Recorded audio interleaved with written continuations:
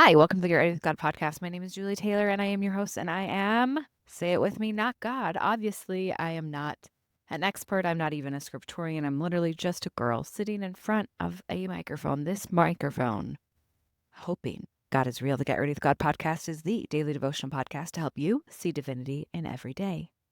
Big news on the podcast today, starting today, Monday, July 28th, if you're listening live, and I hope you are because this week only, podcast merch is live. We've got fresh podcast merch, fresh colorways. I did a little bit more of a neutral option because I know not everyone wants to wear neon pink. I can't relate, but I respect whoever you are and whatever your style is, and I try to accommodate.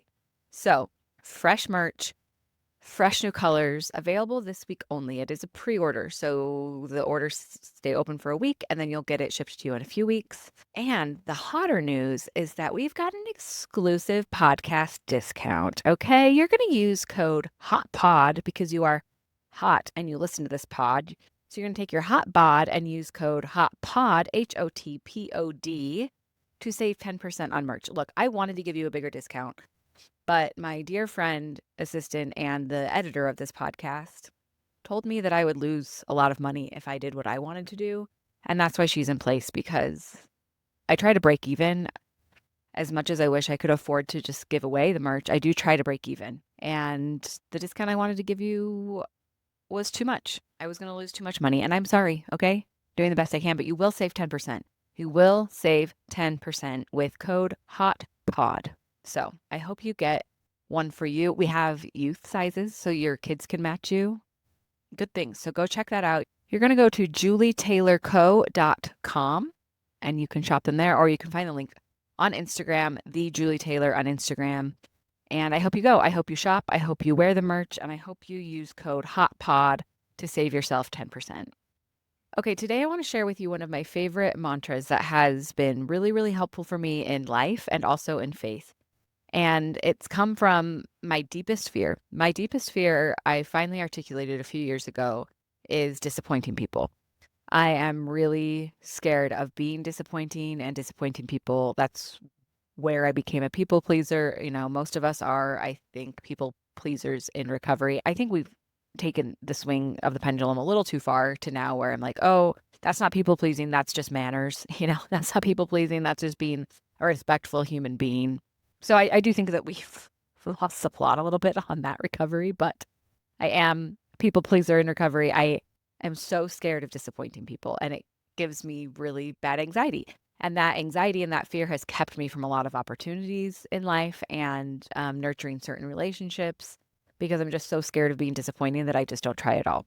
The fear of disappointing people also makes me act outside of my values. I will do things that don't actually align with what I think is right or good in order to not disappoint someone. And so when that becomes the priority, I've abandoned and betrayed myself many times over and over in the course of my life in an effort to avoid disappointing people. And when that happens, someone is still disappointed, but it's myself, right? I've chosen the path of disappointing myself instead of the other person. I've also mistakenly and painfully taken the path of disappointing my family in an effort to not disappoint people at work or friends. I've gone down the wrong road many times. I have prioritized the wrong thing, or I have overextended myself, driven myself into the ground, trying to accommodate and perform and not disappoint anyone, or I let myself take the hit and I absorb all that disappointment of self-betrayal and choosing the wrong thing just so that I'm the one who's disappointed and no one else is. It really has been a problem for me, and it has been something that I've learned and grown from. And so about a year ago, it was last fall, I changed jobs last fall. My physical and mental, emotional life capacity was at zero due to my health and the grief that comes from losing a child. I said no to everything. I couldn't really leave the house. I couldn't even leave my bed physically. And so I wasn't doing a lot, not a lot going on at the moment. And I went back to work last spring and just kind of slowly I could feel last fall is when I really felt like, oh, my life is ramping back up. Like I am starting to do more things. I'm taking more on. And so with that, the fear of disappointing people returned really heavily, because I will say that I think that grief is the only time that I have ever been so not okay that I didn't even have the space to entertain, I wonder if I'm disappointing people. And so I felt the reaction to that for me, which is overperform, prioritize the wrong things, and do whatever it takes to make everyone happy and proud of you and perceive you as good and have a good experience with you and provide value. It's not all about controlling perception. It really is about like this need to provide value and to give. Anyways, a lot of preamble to get to the mantra I want to share with you today, which is how I started living my life last fall, was by this mantra of disappoint the right people. Because I felt like the goal, the intention, the expectation that I could live without disappointing anyone, which had been my driving goal, wasn't necessarily realistic. Mostly because I can't control how people perceive me. I can't control how people receive my work and what I give. And so I can do my best, but I can't control how it's received. And so I switched the mantra and the goal of my life of I just accepted that biggest fear of mine. Like, you're going to disappoint people. People are going to be disappointed in you. That's just a fact of life. But let's make sure that you're disappointing the right people. I would say that I'm in one of the highest demand stages of my life thus far. The amount of things that I'm doing, the output, it's a lot. It's a lot. I don't say that as a victim or complaining. It's just, it is. A lot goes on every single day. Just by nature of how much I'm trying to do, I'm going to disappoint people, but let's make sure I'm disappointing the right people. So, like a natural application of this is sometimes when I'm choosing between performing really, really well at work and prioritizing my family, sometimes there's a give and take there. And I'm very dedicated to doing my job well, but sometimes I'm not going to go above and beyond there if it's at the sacrifice of my family. And so getting really clear on what I value and what I prioritize, and then accommodating it through disappointing the right people, because you're often going to be given a choice. Sometimes that choice is, am I going to disappoint a friend because I can't do this, but I know that my bandwidth is here, my capacity is here, so I need to pull back. I could disappoint myself and say yes anyways, or I can let that friend maybe be disappointed in me for a minute.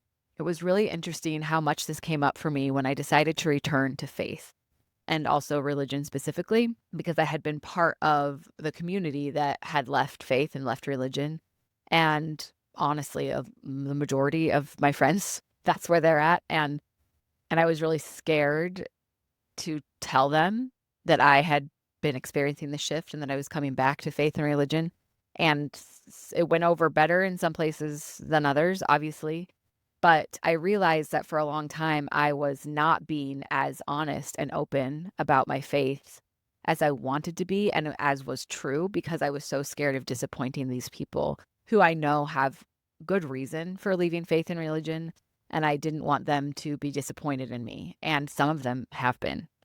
A lot goes into these decisions and these choices. So in all your values in life and all the things you're choosing between and all the priorities you're juggling and aligning and realigning, I'm offering you this mantra of disappoint the right people.